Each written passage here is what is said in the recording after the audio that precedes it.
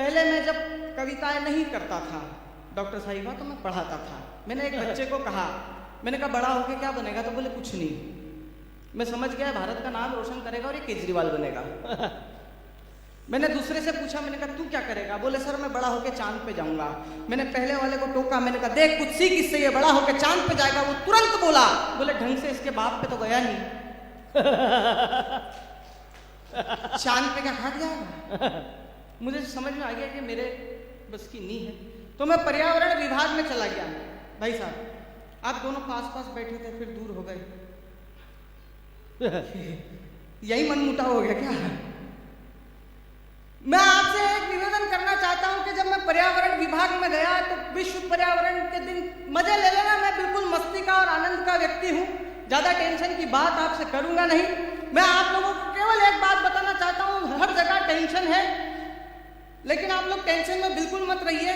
आपके थके हुए चेहरों पर मुस्कान लाने के लिए आदरणीय अग्रवाल जी और डॉक्टर प्रेरणा ठाकरे ने इतनी अच्छी टीम बनाई है ताकि आपके चेहरों पर मुस्कान आ सके। टेंशन देने के लिए तो आपके सगे रिश्तेदारी काफी है, कहीं जाने की जरूरत ही नहीं है। तो डॉक्टर साहिबा जैसे ही मैं पर्यावरण विभाग में नौकरी करने गया, सबने विश्व पर्यावरण दिवस के दिन पौधे लगाए, मैंने भी लगाए। मुझे पुलिस वाले पकड़ के ले गए। 4 तारीखें हो गई है, मजिस्ट्रेट साहब को समझा समझा के थक गया हूं कि भाई साहब गांजे और भांग के पौधे भी तो पौधे ही होते हैं।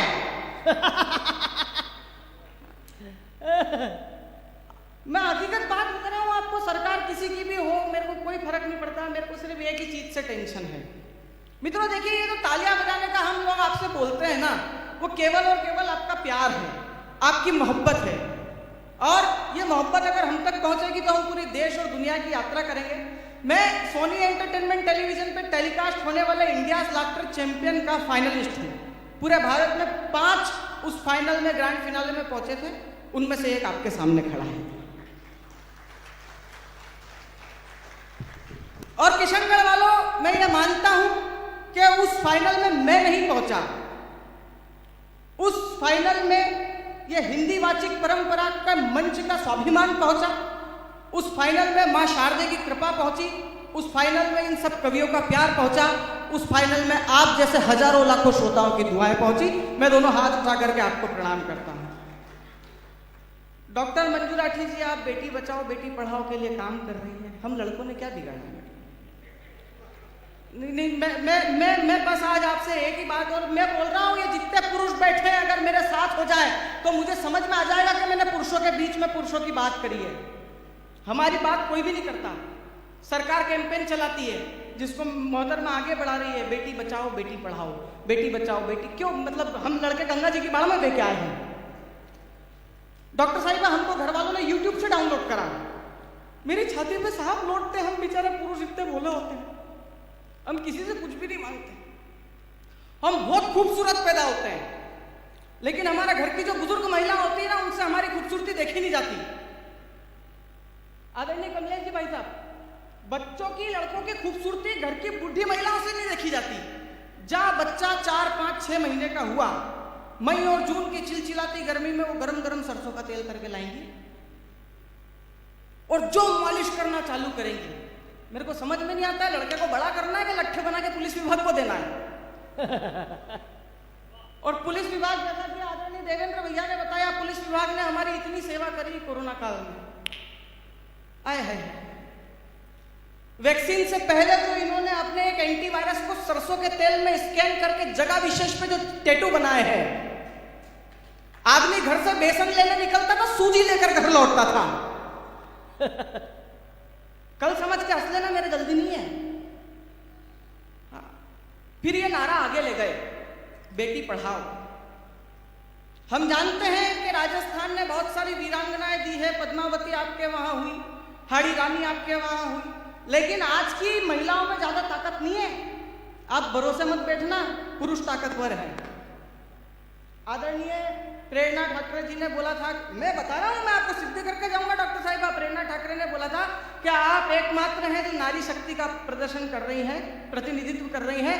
मैं एकमात्र हूं जो पुरुष की सहन शक्ति का प्रतिनिधित्व कर रहा हूं। मैं बताता हूं मोहतरमा कि मैंने ये क्यों कहा कि आज की नारी में शक्ति नहीं है, क्योंकि जब हम लड़के किसी सलून से दाढ़ी कटिंग बना के आते हैं सेन भगत की दुकान से, तो बारीक टिप्पणी किशनगढ़ वालों अगर टिप्पणी समझ गए तो उछल जाओगे। महिला पुरुष जब कभी किसी सलून से सेन भगत की दुकान से दाढ़ी कटिंग बनाकर आता है, घर आते ही सबसे पहले नहाता है किसी महिला में इतनी ताकत कि वो ब्यूटी पार्लर से आए। तालियां आपकी कमजोर है, मैं पुरुषों के समर्थन में बात करना चाह रहा हूं। फिर ये नारा आगे लेकर बेटी पढ़ाओ। मैंने कहा क्यों पढ़ाओ? तो डॉक्टर प्रेरणा ठाकरे ने मेरे कान मरोड़े, बोले नालायक बदतमीजी मत करा कर। मैंने दीदी मैंने क्या बदतमीजी करी? तो अतुल जी ने बोला नहीं बदतमीजी। मैंने कहा भाई साहब क्या करी? तो इन्होंने कहा बेटा इस देश में अगर एक लड़की पढ़ लेती है ना तो परिवार के 4 लोगों को शिक्षित करके छोड़ती है। वाह, ताली आप लोगों ने गलत जगह बजाई। उस एक के पीछे जो कॉलेज के 40 लड़के फेल होते हैं वाह वाह, उनके तरफ किसी का ध्यान नहीं जाता। और आदरणीय चतुर्वेदी जी ने, भाई साहब आपने बात करी थी ना कविता की, मैं बोल रहा हूँ बचपन से कविता में रहते हैं। इन बच्चों को सुलाते हैं ना, कविता सुना के सुलाते हैं। परियों की नगरी से एक दिन राजकुंवर जी आएंगे, महलों में ले जाएंगे और लड़कों को धमकी देके सुलाते, सो जा नहीं तो पीपल वाला भूत आ जाएगा। मैंने अच्छा, उसके नसीब में राजकुंवर, हालांकि शादी उसकी जेठालाल से ही होनी है और वो ताड़ेगा बेचारा, वो भी था कोई। मैं बता रहा हूँ ना, हम लोगों के साथ इतना अन्याय और अत्याचार होता है। बच्चा पैदा, आप देखो पैदा होते से ही लड़के और लड़की में भेदभाव चालू। किसी लड़की का जन्म हो, फोन करके उसके पिता को, महेश बधाई हो बेटा, बधाई, तेरे घर पे लक्ष्मी आएंगी लक्ष्मी। आपने कभी सुना है किसी ने फोन करके बधाई दी हो, महेश बधाई हो तेरे घर पे भेरू महाराज ने उतार लिया है? तालियां आप लोगों के कमजोर है, मैं पुरुषों के हक की बात कर रहा हूं। हाँ, मैं बता रहा हूं आपको, वो बच्ची क्लास में पढ़ाई जाने वाली जिंदगी में पहली कविता, उससे मेरे को सख्त ऐतराज है। मछली जल की रानी है। ये मछली क्यों? केवल आप देखो ध्यान से उस तालाब में, उसमें केकड़े, झींगे, मेंढक, कछुए सब होंगे, लेकिन मछली जल की रानी। और सबसे ज्यादा अत्याचार और अन्याय करते हैं। सही है ना भाई साहब? आपकी भी स्थिति वही है घर पे जो मेरी है। कवि सम्मेलन में वही बैठे हैं, मैं समझ गया इतने सारे पुरुष रात को 1:30 बजे यहां बैठे हैं, मतलब घर पे तो आपका भी मामला ठीक नहीं है। अभी थोड़े दिनों बाद वो आने वाला है करवा चौथ, उसके ही जुगाड़ में लगे हो। सारे त्योहार है ना भगवान ने महिलाओं के लिए बनाया। आदरणीय आप देखो, मतलब सुबह से लेके मेरी बीवी हर करवा चौथ पे मेरा दिमाग खाती है, मैं तो तुम्हारे लिए भूखी रही, मैं तो। और मैंने कहा तूने मेहंदी बनवाई, तूने साड़ी खरीदी, तेरे को मैंने मोबाइल ला के दिया, महंगे होटल में चांद देखने के बाद खाना खिलाया, 10,000 रुपये लगे मेरे को। तेरे एक दिन भूखे रहने का बिल मेरे को 10,000 रुपये में फटा है। तू मेरे को 4,000 रुपये दे, मैं तेरे को 3 दिन भूखा रह के बताता हूँ। वाह वाह, मैं हकीकत बात बता रहा हूँ, मैं बहुत दुखी आदमी हूँ इस कारण से। मेरे छाती पे सांप लौटते भाई साहब, हम पुरुषों ने, और हम पुरुष बहुत भोले होते हैं। मैं पुरुष के भोलेपन का सबसे बड़ा प्रमाण देना चाहता हूँ।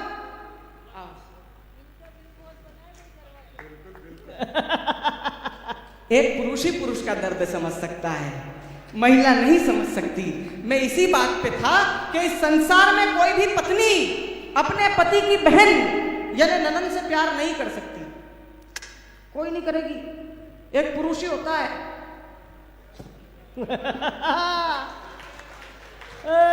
जिंदाबाद पंडित, जो अपनी पत्नी की बहन यानी साली से है। इसका उदाहरण दूं और आपको डिटेल में। हाँ। आप देखो उदयपुर या जयपुर या अजमेर के किसी बड़े मल्टी स्पेशलिटी हॉस्पिटल में कोई 80 साल के बुजुर्ग एडमिट है, उन्होंने खाना पीना छोड़ दिया, रिश्ते पहचानना छोड़ दिया, 4-5 दिन हो गए होश नहीं आ रहा, कोई आता है हिलाता है, ताऊ जी तो उठते नहीं है, चाचा जी नहीं उठते, मौसा जी नहीं उठते, कान में एक आवाज पड़ती है, जिया जी। ओ जिया जी। मृत पड़े शरीर में प्राणों का संचार होने लगता है, धीरे धीरे आंखें खुद। कौन? सरला? फतेहनगर वाली सर।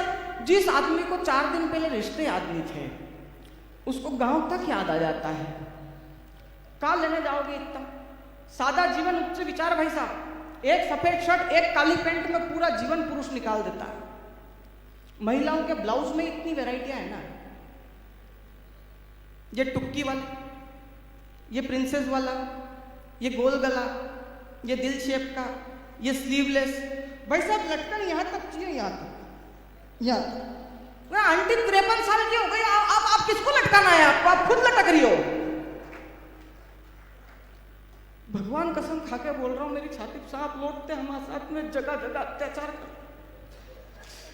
किससे बोलूं भाई?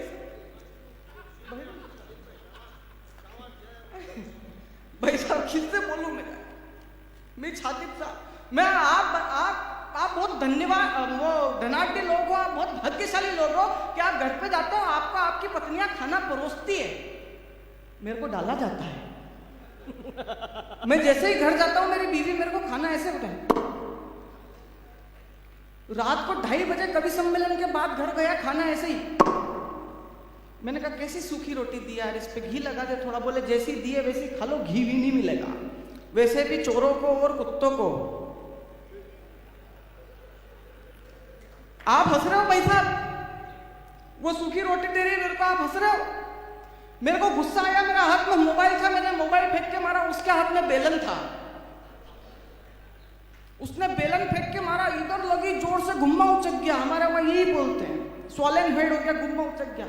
तो मुझे और भाई साहब को, अतुल जी को दिल्ली से मुंबई की फ्लाइट पकड़नी थी कवि सम्मेलन के लिए। तो जैसे ही मैं दिल्ली एयरपोर्ट पर गया, इन्होंने मेरे को देखा, पंडित ये क्या हुआ? मैंने भाई साहब आपकी बहू ने बेलन फेंक के मारा, गुम्मा उचक। तो ये तुरंत बोले इस पे घी लगा।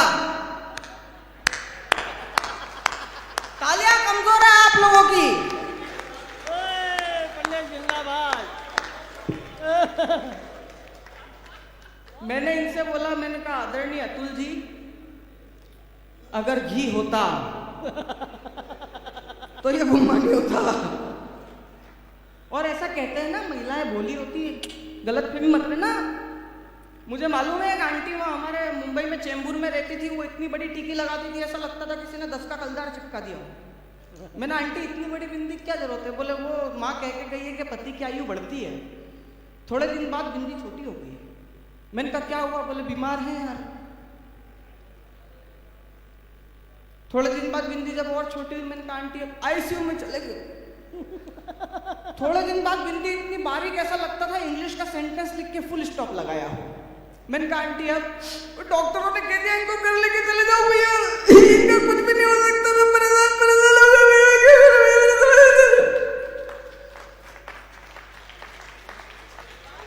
बढ़िया।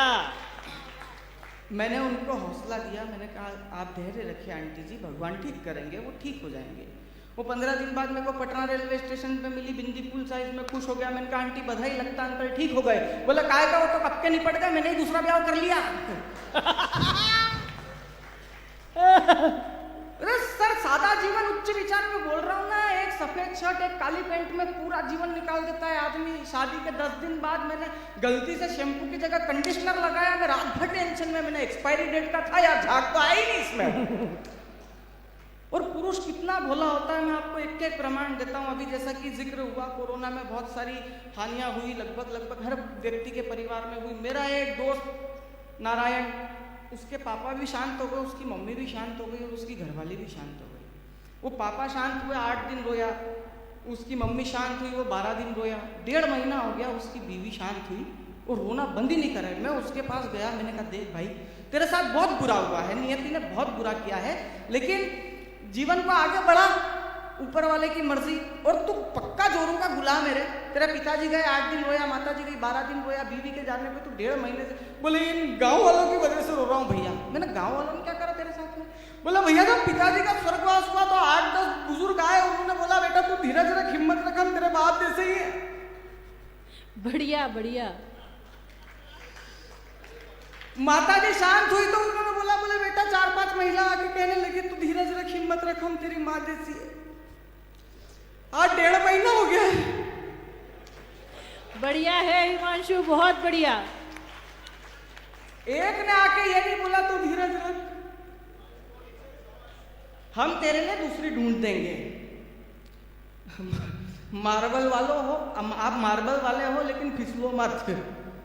और एक बात ध्यान रखो, मैं पुरुषों के समर्थन में हूं, रात भर पुरुषों के हक की बात करूंगा, क्योंकि हमारे हक के लिए कोई नहीं लड़ रहा। मुंबई में एक इंग्लिश न्यूज़पेपर ने मेरे बारे में छापा, Himanshu Bhawandar nothing but the humiliation for women. मैं महिलाओं की बुराइयां नहीं करता हूं डॉक्टर साहिबा, ये बात अलग है कि मैं पुरुषों की तारीफ करता हूं। हमारे लिए कोई करे नहीं। मंच से कवित्रियां बोलती है, बहुत भेद की बात बता रहा हूं, रिकॉर्ड कर लीजिए, अपनी अपनी पत्नियों को सुनाइएगा। और ये आप जो रिकॉर्ड कर रहे हैं ये यूट्यूब पे बिल्कुल मत डालना, मेरा सोनी के साथ में कॉन्ट्रैक्ट है, आपको स्ट्राइक पड़ जाएगी। ये मंच से बातें होती है, मंच से बातें करते हैं कि जब इन नालायक बेटों ने घुटने टेके तो ये साक्षी और सिंधु देश की बेटियां थी जो ओलंपिक से गोल्ड मेडल लेकर के। वाह वाह। ये कल्पना चावला और सुनीता विलियम्स बनकर चांद पे गई, देश का मान बढ़ाया, चांद पे तिरंगा झंडा लहराया। मैं मानता हूं इस चीज को, बिल्कुल मानता हूं। लेकिन सिक्के का दूसरा पहलू देखो, साक्षी और सिंधु के जितने भी कोच थे वो सब के सब पुरुष थे। कल्पना चावला और सुनीता विलियम्स के जितने भी मेंटर थे इसरो में और नासा में, वो सब पुरुष थे। डॉक्टर साहिबा, मैं सिर्फ ये बात इसलिए बताता हूं कि अगर महिला पुरुष की बात सुने, अपना ज्यादा दिमाग ना लगाए और उस बात पे अमल करे तो चांद तक भी जा सकती है। नहीं तो हर साल झोला उठा के राखी पे मायके जाओ। और हमारे साथ सबसे ज्यादा घोर अपमान और सबसे ज्यादा भेदभाव कौन करता है पता है? ये विज्ञापन वाले। अग्रवाल साहब, पुरुष के साथ में विज्ञापन वाले इतना वो करते हैं भेदभाव, झरने के नीचे एक लड़की मिलाते हैं, पीछे से गाना बजता, सुनहरा बदन हल्दी चंदन मैं हूं नीमा संडल। मतलब आपको किसने बोला हम लड़के मिट्टी से नहाते हैं? लड़कों को साबुन की जरूरत नहीं पड़ती। सारे विज्ञापन महिलाओं के लिए, साबुन का, पाउडर का, क्रीम का, डिओड्रेंट का, बच्चों के डायपर बेच रहे हैं महिलाओं की वजह से। पुरुषों के लिए कौन सा विज्ञापन? एक अधेड़ उम्र के अंकल इतनी मोटी तोंद, आधा गंजा सिर लेके स्क्रीन पे आते हैं, इनो काम शुरू सिर्फ 6 सेकंड में। हमारे लिए ये विज्ञापन है। खुजली को, दांत खाद खुजली से निजात पाए 15 दिनों में, हमारे लिए ये विज्ञापन है। एक दरवाजा खुलता है, वो लड़की रिश्तेदार के पैर छूती, दूसरा, तीसरा, चौथा, 5वें में करती आ कमर, पीछे से आवाज, मुंह, आह से आह तक।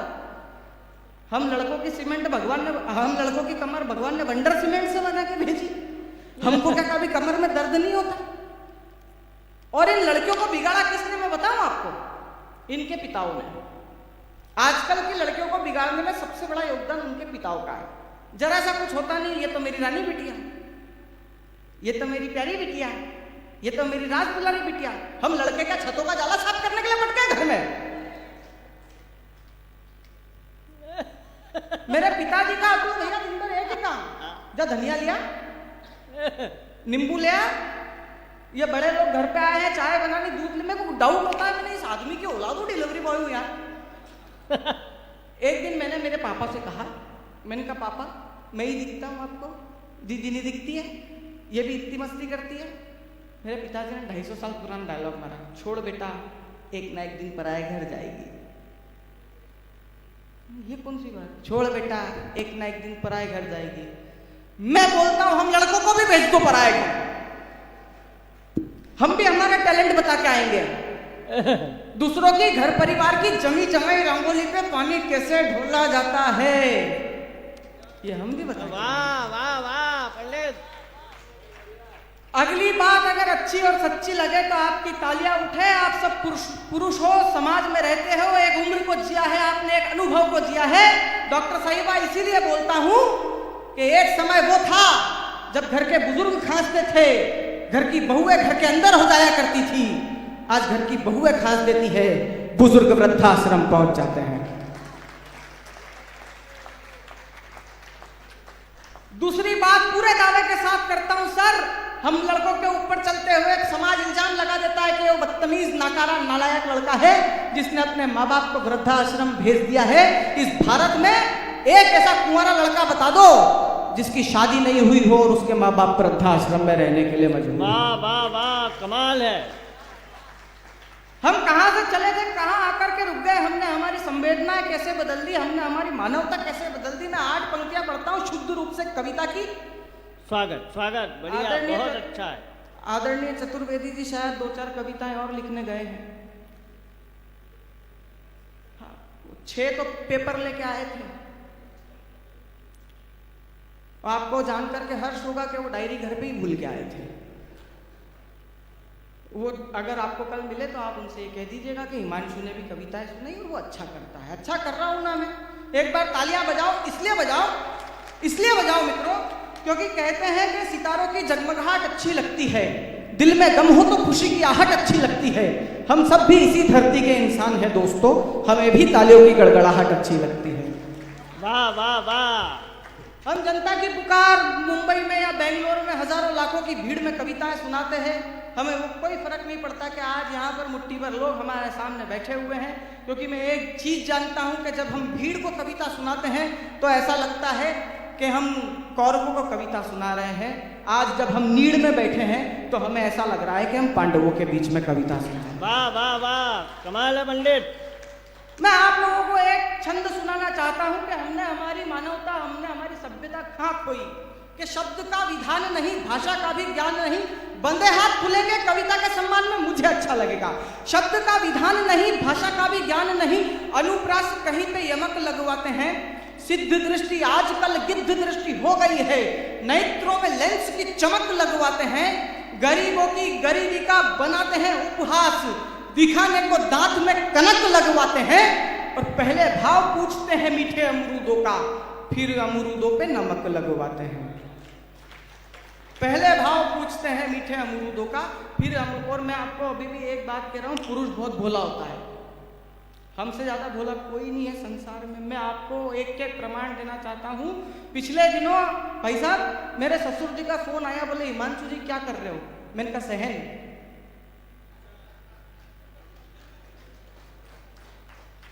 मैंने कहा पापा जी क्या बला छोड़ रखी, छाती पे पैर तनी रहती है। उधर से मेरे ससुर जी इमोशनल हो गए, बोले बेटा मेरे बारे में सोच। मैं तो इसकी भी माँ के साथ निभा रहा हूं। बड़ा खतरनाक आइटम है भाई, अगली बार बात कर रहा हूं मैं। लेकिन एक बात पूरे हौसले और विश्वास के साथ कहता हूं कि हाँ, मरुस्थल में कहीं लक्ष्मी के रूप जैसी होती है, मरुस्थल में कहीं मीठे पानी के कूप जैसी होती है ये बेटियां, हाँ ये बच्चियां लक्ष्मी के रूप जैसी होती है। लेकिन मेरी दिक्कत यह है मित्रों कि ये रूप मेरे को मेरी ही बेटी में दिखाई देता है, मेरे ससुर की बेटी में बिल्कुल नहीं दिखाई देता। उसमें तो मेरे को आज भी भवानी नजर आती है।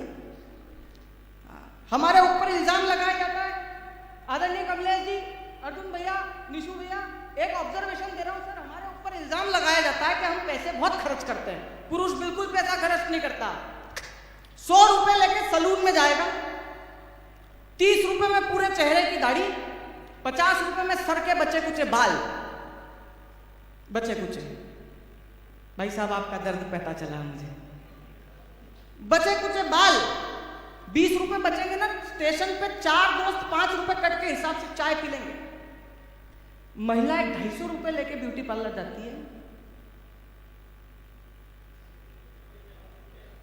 केवल आईब्रो बनवा के आती है।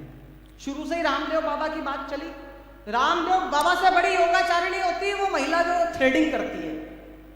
मानते हैं मैडम आप इस चीज को?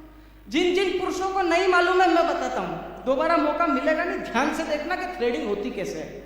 एक हाथ में तो वो गट्टी पकड़ती है जिसमें थ्रेडिंग का धागा होता है, दूसरा हाथ वायु मुद्रा में ऐसे, तीसरा छोर मुंह में, और इसके बाद वो जो कपाल भाती करना चालू करती है।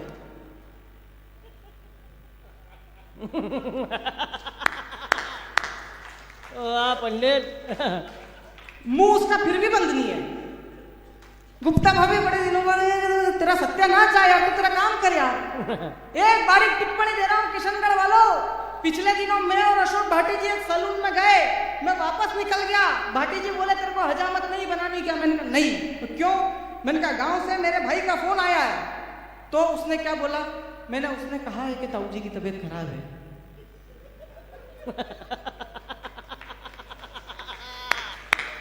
पंडित। मैंने कहा 15-20 दिन रुक जाते हैं भाई साहब, उधर से अगर खबर आ जाए 6 महीने की छुट्टी, 6 महीने में 1 रुपया लगाने की जरूरत नहीं पड़े इस काम के लिए। और कहाँ लेने जाओगे इतना भोलापन? पुरुषों से ज्यादा भोला कोई? मेरी छाती पे सांप लौटते हैं। आइए मित्रों, 2 छोटी कविता सुनाकर एक संस्मरण सुनाकर के अपना स्थान ग्रहण करना चाहूंगा। बड़ी टीम खड़ी है, मैं इन बड़े लोगों की भूमिका में खड़ा हूं। स्वागत स्वागत। बस जैसा आप मेरे लाफ्टर पे ठहाका लगा रहे हैं, आपको अगर व्यंग समझ में आए, आप तालियां बजा करके मेरा प्रतिसाद कीजिएगा। ये तालियां कुछ भी नहीं होती, मैंने कहा मोहब्बत होती है। और मोहब्बत एक चीज बताता हूं कि अगर किसी से हो और निभा ना पाए तो कोई दिक्कत की बात नहीं, दूसरी कर लो। क्योंकि इस देश में बहुत से लोगों को डर लग रहा है। आमिर खान ने कहा था कि मेरी पत्नी को भारत में रहने से डर लगता है। किरण राव ने तलाक दे दिया, बाद में पता चला कि भारत से पहले इसको आमिर खान के साथ रहने में डर लग रहा था। 4 पंक्तियां अच्छी और सच्ची पढ़ता हूं, अगर आपको अच्छा लग जाएगा तो ये लोग समझ जाएंगे कि आप लोग कैसा सुन रहे हैं। आप लोग बहुत अच्छा सुन रहे हैं। मैं मोहब्बत के नाम पे 4 पंक्तियां पढ़ता हूं और एक प्रयोग करना चाहता हूं। कोशिश करूंगा कि कविता के नाम पर आपके बंधे हुए हाथ खुले। ख्वाहिश पूरी हो न सकी तो यार इबादत क्यों छोड़े। इको विको मत बढ़ाना इसका, ऐसा ही बहुत अच्छा है। ख्वाहिश पूरी हो न बस आपकी मोहब्बत के नाम, अंतिम लाइन में आपकी मोहब्बत मुझ तक पहुंचे, मंच तक पहुंचे। ख्वाहिश पूरी हो न सकी तो यार इबादत क्यों छोड़े। धोखे मिलते लाख सही पर यार सआदत क्यों छोड़े। जीभ के जलने पर हमसे ये चाय नहीं छोड़ी जाती। दिल के जलने पर हाँ बोलो यार मोहब्बत क्यों छोड़े। दिल के जलने पर एक छोटा सा संस्मरण और एक 1.5 मिनट की कविता, अपना स्थान ग्रहण करना चाहूंगा। आपने बहुत प्यार से सुना, धन्यवाद। हम लोगों ने, हम आजादी का अमृत महोत्सव मना रहे हैं। आदरणीय भाई साहब, हम लोगों ने क्या खोया है 75 साल में, वो मैं आपको बताता हूं। 250 ग्राम जलेबी, शुद्ध व्यंग है, आप तक पहुंचेगा। शर्त यह है